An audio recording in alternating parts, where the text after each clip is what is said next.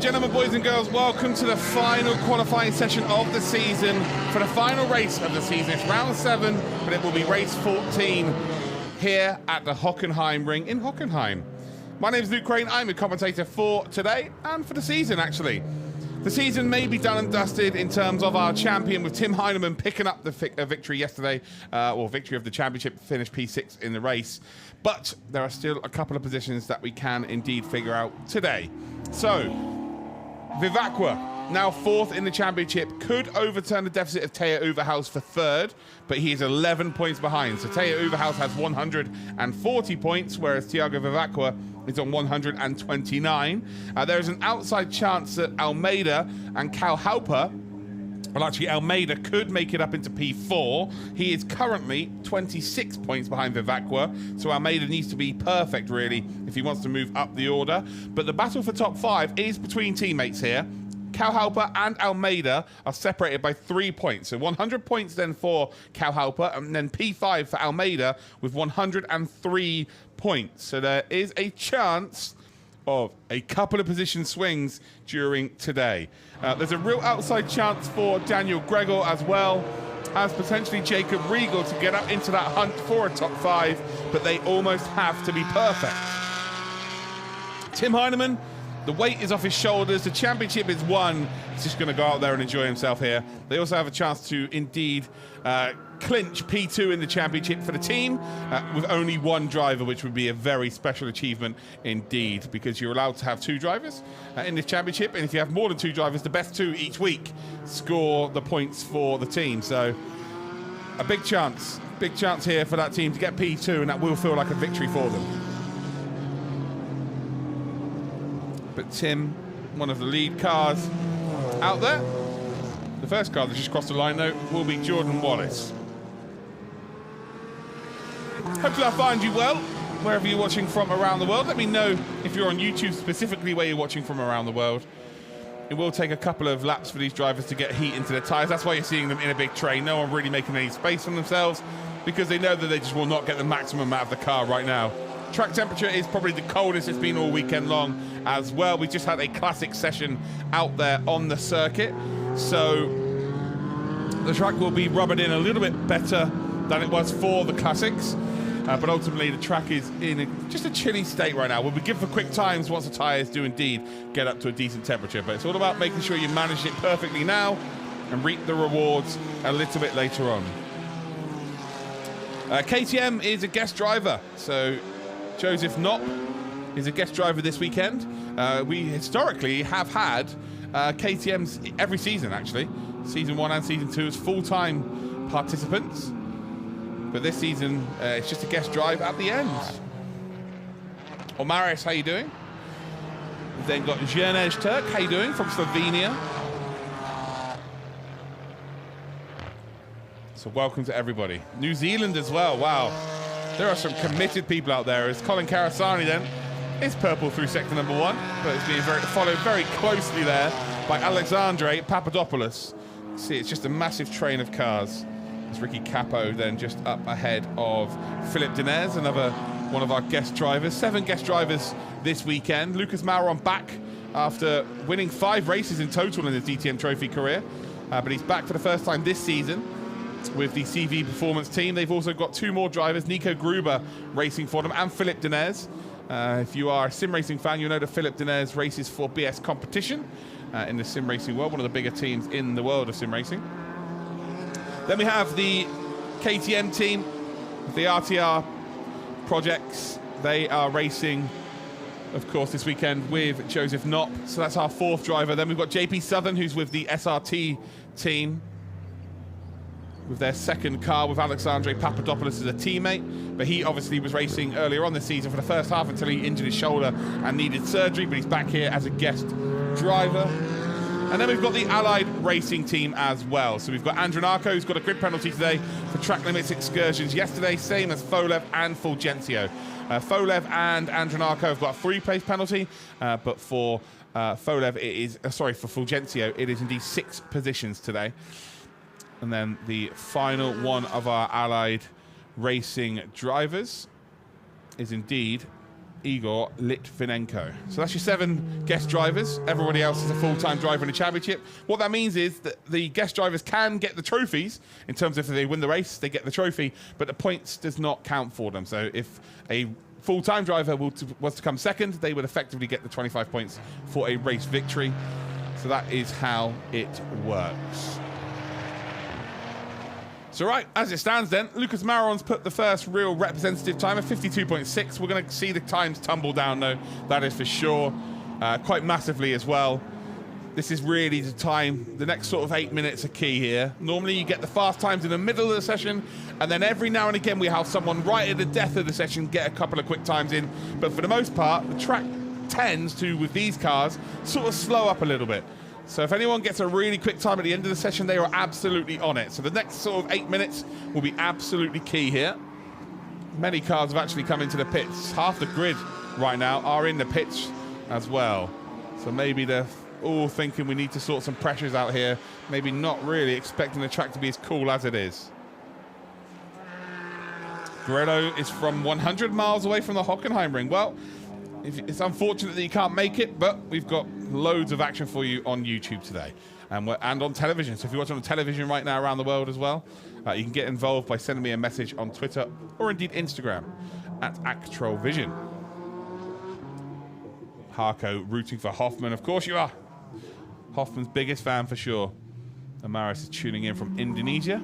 Yeah, the season ending, crazy. It's just flown by, especially the second half of the season. First half of the season, we had some fair gaps between races, but the last 8 weeks, 4 events has been, it's just flown by. It really has flown by, all merging into one. Hopefully, most of you have enjoyed what we've had to offer this season. I think the championship as a whole has really been good. You're going to see a few of the names from this championship go on to do some incredible things in the world of racing, whether it be open wheel, maybe GT racing. It could be anything. But yeah, we've definitely opened up to you guys, the audience, some future superstars, I think. But the season itself, in terms of race winners, we've had 6 different race winners. Maybe we will get that 7. I did predict in the first weekend that we would have 6 or 7. So, yeah, if we get a different race winner today, it doesn't matter. My prediction was right. I'm allowed to have one thing right every season because everything else I get wrong.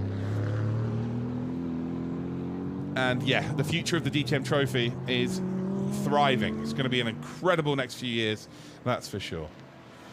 Right, Heinemann now the fastest. So 49.065. Again, not really a time that we will see at the top of the timesheets, that's for sure, later on. Because Ricky Capo's already beating it. So a 49.000 is now the time to beat. Nick Hanke is in 3rd currently. Taya Overhaus just came across the line, but not really setting a time. There's actually an outlap there, so that's why. We've got Thiago Vivacqua, then he's gone purple through sector number 1. So there are a few drivers out there that are now starting to get a bit fruity here and starting to look to get those quick times in.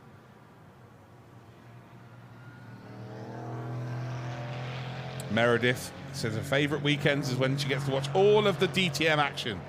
We'd love to hear that. We do love to hear that.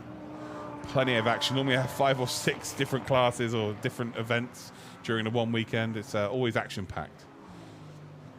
So Ricky Capo still the fastest out there. Thiago Vivacqua has just gone purple through the middle sector as well. And right now, looking to be in the 47s. So could well be in the 47s here. Vivacqua had an issue where the tyre, rubber got ripped off the tyre. So there was an issue where the tyre was ripped to pieces. So ultimately, that meant he had to come into the pits. It was too dangerous for him to race. I saw the tyre. It looked horrendous. Thiago Vivacqua then is about to come across the line. It's purple. Is it purple in the final sector as well? It's not. It's only green, but it's a 47.549. So that is the first real representative time, I would say, out there on track. As everybody else is now starting to indeed follow suit here. Green for JP Southern. Moves up into P6, but again, still needs to find a little bit more time. Nick Hanke now up into P3. 0.8 of a second off of Vivacqua. Regal, who got pole position in time yesterday, had to start P4 because of a grid penalty, is in 2nd position. So can Regal repeat what he did yesterday, get pole positions, but actually start at the front? Will be absolutely fascinating if that is the case. Uverhaus just comes across the line, P12. Lohner across the line, P15. Fulgencio across the line, who's now got a 6th place penalty today as well, is in P16 as it stands, yet to put a lap time in. Jordan Wallace, a 59.080, again, yet to put a quick lap time in. And everybody just taking their time.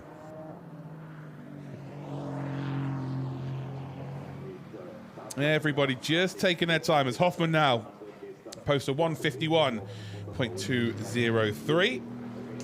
Vincent Andronacco, who does have a 3-place grid penalty, is purple through sector number 1.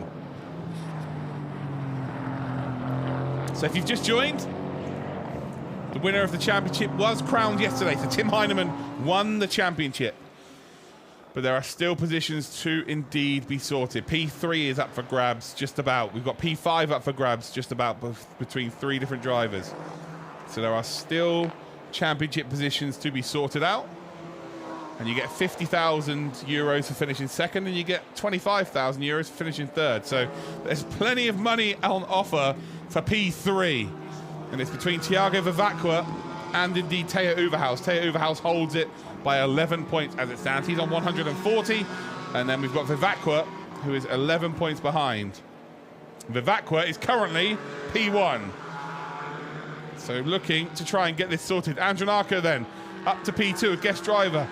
Will be in P5 if he stays P2 because of the grid penalty from yesterday's track limits violation. Across the line then for Teo Uverhaus. Where does he go? P5 then for Uverhaus. And we know what he's capable of in terms of racing. More drivers then coming across the line there. Still not put a lap time in. Track limits each time. Moritz Lohner only P19 as it stands. Then gets displaced by his teammate. Fulgencio now moves up into P19. Carasani is in P17. Jordan Wallace now moves up to P13. Expecting to see Carasani up in and amongst it, that's for sure. Lewis Henkefen's going very slow over the start-finish line.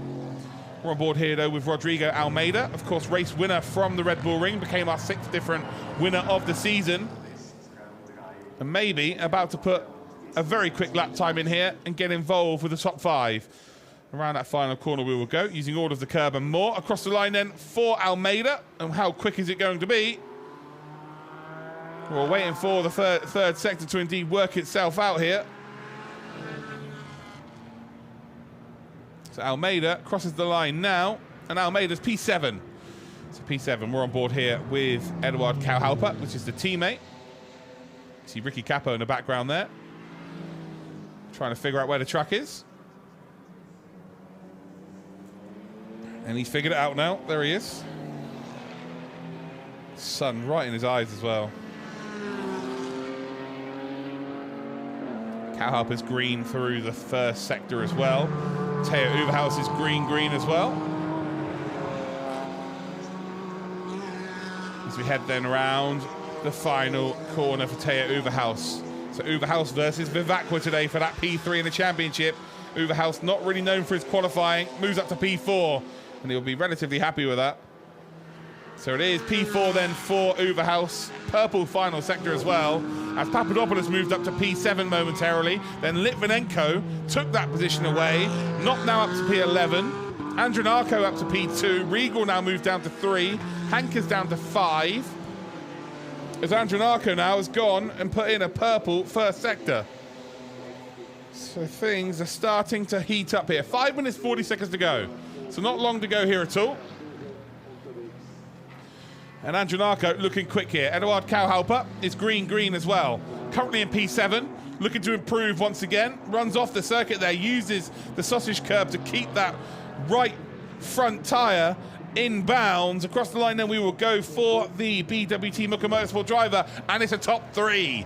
So up into 3rd position then, only 0.2 of a second off of pole position. There is 0.004 of a second between P1 and P2. And things are starting to very much heat up here. We're now watching Andronacco, who's just gone purple through sector number 1, his middle sector.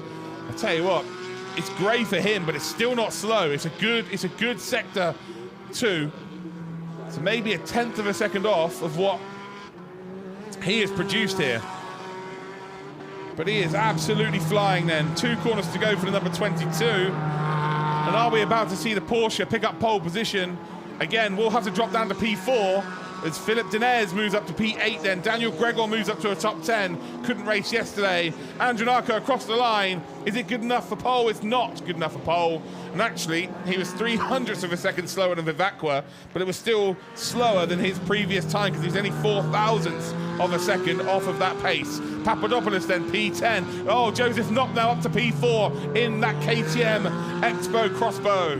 Lucas Mauron then in 11th position for CV Performance Motorsport, moves up into 11th position. 4 minutes to go. As Moritz Lohner moves up to P9, Fulgencio up to P15. He will be in P21 as it stands, though, as he's now down to P16. So it'll be P22 with a 6th position drop. Nico Gruber up to P7. Karasani into P13. Lewis Henkefend up into P15. So with 3 minutes 40 seconds to go, plenty of action still to come. Tim Heinemann is going very slowly across the line. And maybe he's going to do a last to first challenge, although he's currently, where is he? Oh, he's down to P22.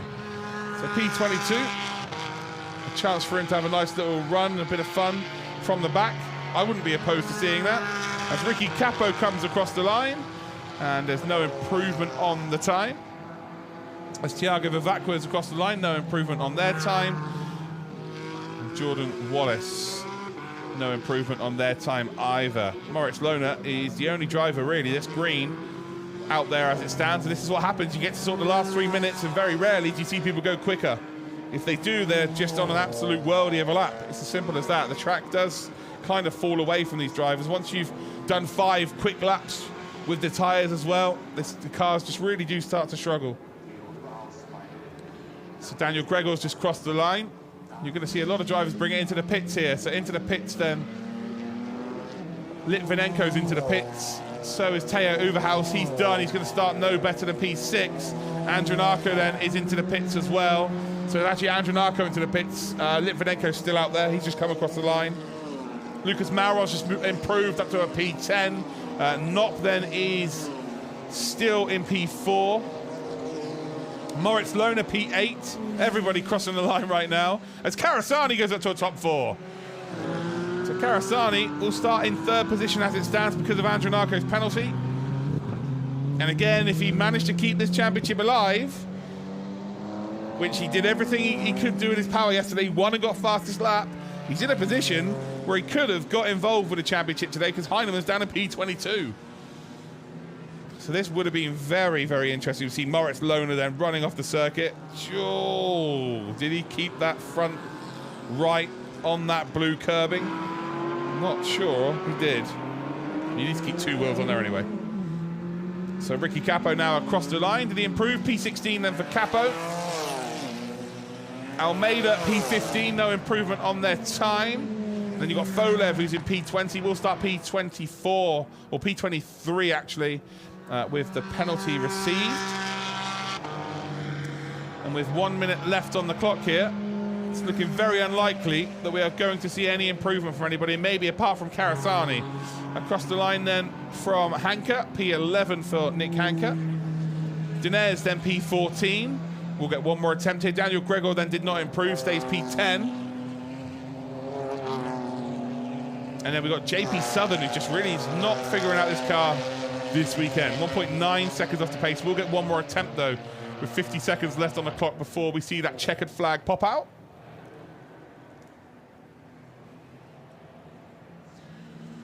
Next across the line then will be Lucas Mauron, stays P12. What about Knopp? Did Knopp improve there? No, he did not. So P5 then for Joseph Knopp.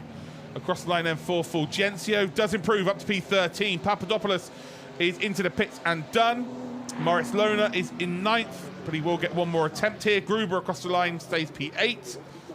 Sophie Hoffman, P21. Lewis Henkefend, any improvement there for Henkefend? No, stays P14.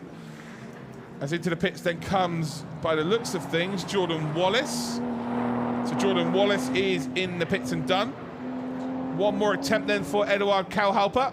Currently needs to find 0.2 of a second here to go and challenge As Tim Heinemann comes across the line, where does he go? Oh, Heinemann, that's P4. Okay, there he is. So Tim Heinemann does go up to P4, finds a lap time, which is good for him. Ricky Capo only P16, unfortunately. Checker flag comes down then for Thiago Vivacqua. And right now, Vivacqua might be able to get 3 points here, and he would close that gap to P3 to 8. So Teo Uverhaus might only be 8 points clear for that P3. And of course, there's money on the line for P3. Is there some smoke being kicked up here? Moritz Lohner looks like he's going pretty slow. But is anybody able to improve enough here? As Colin Carasani is going green here. Could he potentially throw a spanner in the works? It's not a quick middle sector though. Nico Gruber, not a quick middle sector either. As we head then round the final few corners. So not a lot of time here. Last attempts for everybody as JP Southern goes across the line. It's P24 for JP. Across the line there for Lucas Mauron, up one position, up into P11. As Joseph Knott goes up to P3, so he knocks Cal Halper down, and Heinemann and Carasani. But what about Carasani? Does he improve on his position? He does not. It is P6 then. Cal Halper's time is not going to count because of track limits. Gruber comes across the line. He's done. We know that Moritz Lohner is going slow because we saw the smoke being kicked up. Lewis Henkefen, is there any improvement there? No. It is P16. We've got Def Fulgencio yet to come across the line, but now he's coming into the pit. So is Moritz Lohner coming into the pit. So is indeed Cal Halper. And that is qualifying over, ladies and gentlemen. So Thiago Vivacqua has closed that gap for P3 down to 8 points going into our final race this afternoon and starts on pole position. Remember, there is 25 grand on the line, ladies and gentlemen. So there is money on the line between Thiago and indeed Teo. The battle of the T's. So it will be Thiago Vivacqua on pole position. Andronako will start in second, or has qualified second, but will drop down. So he will lose 3 positions, which will push Knopp, Cal Halper, and Heinemann up a spot. Carasani and Regal. Then we've got Uverhaus as your top 8 there. Gruber and indeed Lohner. So that is your grid for later on today. But Thiago Vivacqua has done what he needed to do. He wants to try and keep that P3 alive, and that money that he will get for P3 alive. And he's absolutely done the job there. So here is your official top 10. Thiago Vivacqua, Andronako. We've then got Knopp and Cal Halper, Heinemann and Carasani, Regal and Uverhaus, Gruber and Moritz Lohner as your top 10. So later on, ladies and gentlemen, it will be the final race.